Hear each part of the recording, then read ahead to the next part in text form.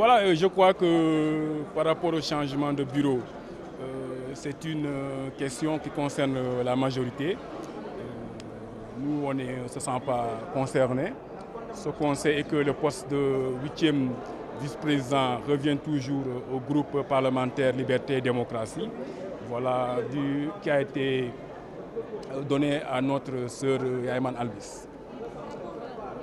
Et la nouveauté qu'il y a dans cette session est que le groupe parlementaire Liberté et Démocratie se voit renforcé par l'entrée de notre frère honorable Moustapha Guirassy, qui a décidé de rentrer dans le groupe parlementaire, ce qui porte le nombre du groupe de députés à 20.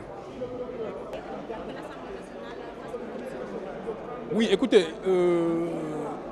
encore une fois, les propos tenus par le chef de l'État qui dit qu'il a été investi 506 milliards dans le cadre du plan de lutte contre les inondations, justifie notre position d'hier qui était de demander qu'il y ait que tous les ministres et les directeurs qui ont eu à gérer puissent passer à l'Assemblée nationale et s'expliquer. La mission d'information n'avait pas sa place.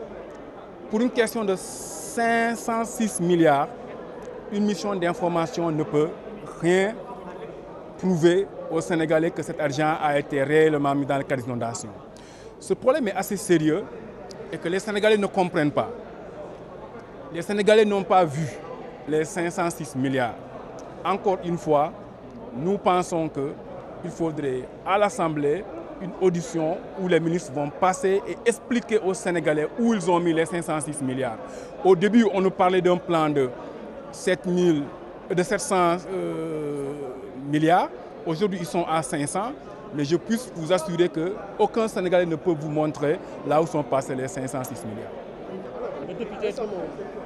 Ah oui, mais écoutez, la position de Demba Sow est une position extrêmement grave et dangereuse. La majorité a fait un communiqué pour condamner, mais de façon timide.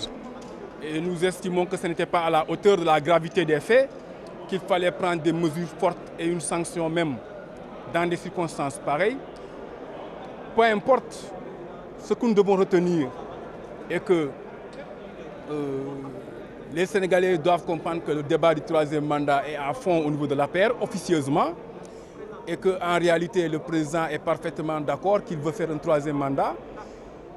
Les militants qui ont eu à être contre ont été sanctionnés. Ceux qui ont eu à être pour n'ont pas été sanctionnés ou ont eu des promotions, mais mieux, avec le grand dérapage de M. Aliou Sow, on s'attendait à des sanctions, mais il n'y a pas eu de sanctions à part un communiqué qui essaie de relativiser. Et les Sénégalais doivent comprendre, aussi bien que l'opposition, que la société civile, que le président Macky Sall est prêt à aller briguer un troisième mandat. Donc nous devons tirer toutes les conséquences de ce qui va venir très bientôt et se préparer à l'avance. Pour dénoncer ça. Nous ne pouvons pas avoir une commission commune, bien sûr, parce qu'il y a la mouvance. Le président de l'Assemblée nationale. Non, écoutez, il ne peut pas y avoir de position commune parce que ce qui est sûr est que la majorité n'est pas prête à une sanction au député Aliou Sow. Ce que nous, on peut faire de l'opposition, nous dénonçons et je crois que dans les prochains jours, nous allons nous réunir et nous allons discuter à l'interne quelle position prendre par rapport à cet effet.